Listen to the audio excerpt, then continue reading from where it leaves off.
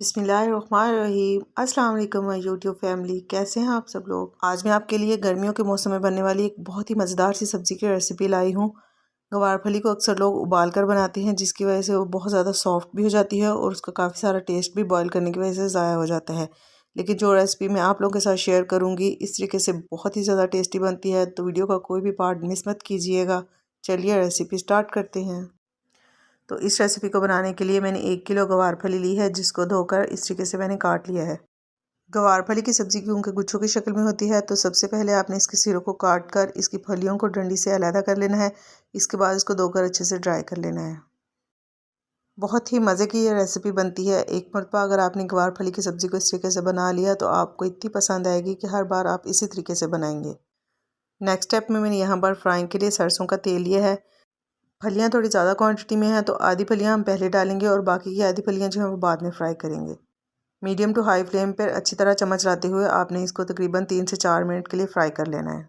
गवार फली की सब्ज़ी के अंदर हल्की सी कड़वाहट होती है, जो कि फ्राई करने या बॉईल करने से ख़त्म हो जाती है, तो इसलिए इनको या तो फ्राई किया जाता है या फिर बॉईल किया जाता है। लेकिन बॉईल करने की बजाय अगर आप इस तरीके से बनाएंगे तो आपकी फलियों की सब्ज़ी बहुत ही ज़्यादा टेस्टी बनेगी। थोड़ी सी सब्ज़ मिर्चों को 2 हिस्सों में काट कर इनको भी साथ में डालकर फ्राई कर लेंगे।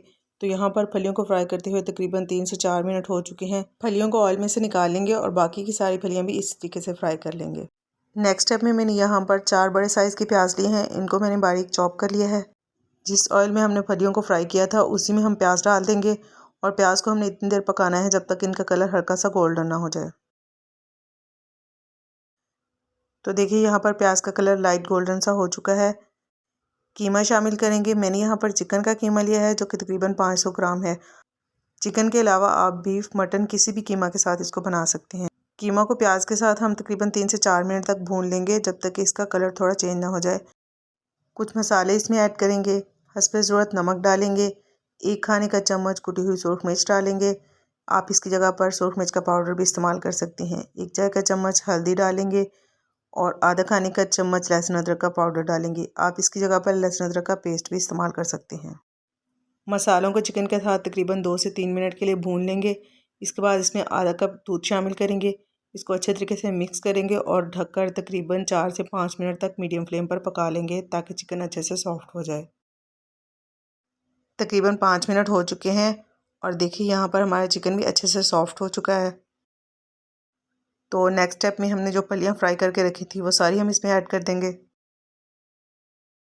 2 बड़े साइज़ के टमाटर मैंने यहाँ पर लिए हैं, उसका मैंने इस तरीके से पेस्ट बना लिया है, ये हम इसमें शामिल कर देंगे। साथ ही हम इसमें आधा खाने का चम्मच साबुत धनिया शामिल करेंगे।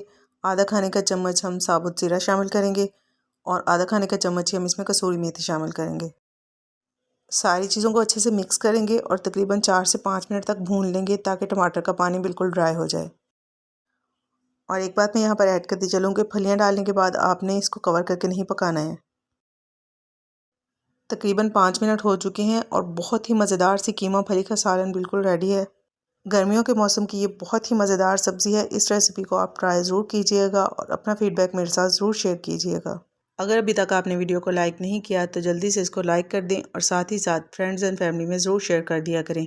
और अगर फर्स्ट टाइम चैनल को विज़िट कर रहे हैं तो काइंडली चैनल को सब्सक्राइब ज़रूर कर लें और साथ ही साथ बेल आइकन को भी प्रेस कर लें।